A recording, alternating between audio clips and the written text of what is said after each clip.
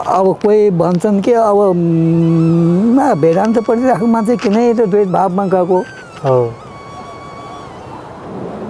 हरे राम कीर्तन किन गर्न थालेको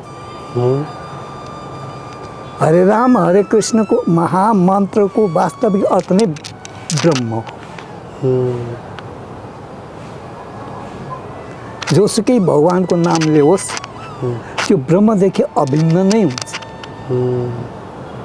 तर त्यो भित्र नपसिकन यो थाहा हुँदैन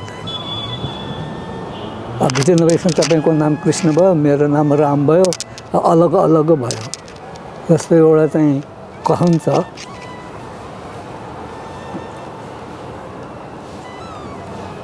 काशीमा बसेको एउटा मान्छे हजुर र त्यहाँ मागेर खाइरहेछ काशीमा नि सहारा छैन हजुर अब त्यही मान्छे यहाँ काठमाडौँमा आएर गाडी चढेर हिँडे मान्छे त एउटै न हो त्यहाँ मागेर खायो यहाँ गाडी चढेर हिँड्यो मान्छे त एउटै हो हिँड्न चाहिँ उही रामै हो श्याम त होइन यस्तै जगत जगत जगत र ईश्वर अभिन्न नै हो जबसम्म यस्तो अभिन्न भाव बोध हुँदैन तबसम्म मान्छेलाई दुःख नै हुन्छ द्वैत भाव नै दुःखको कारण हो अद्वैत भाव सुखको कारण हो यसकारण जसले भिन्न भाव हेर्छ उसलाई शान्ति हुँदैन मन कल्पित हुन्छ नि संकल्प विकल्प हुन्छ द्वैतले अद्वैत भाव भए संकल्प विकल्प गर्ने ठाउँै कहाँ छ र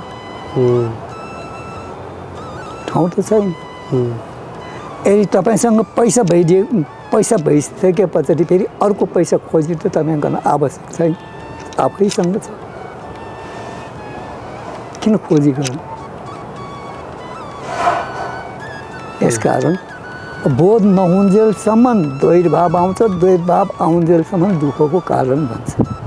बोध भइसकेपछि द्वैत पनि अद्वैत पनि एक हो यसकारण वेदान्तले भन्छ नि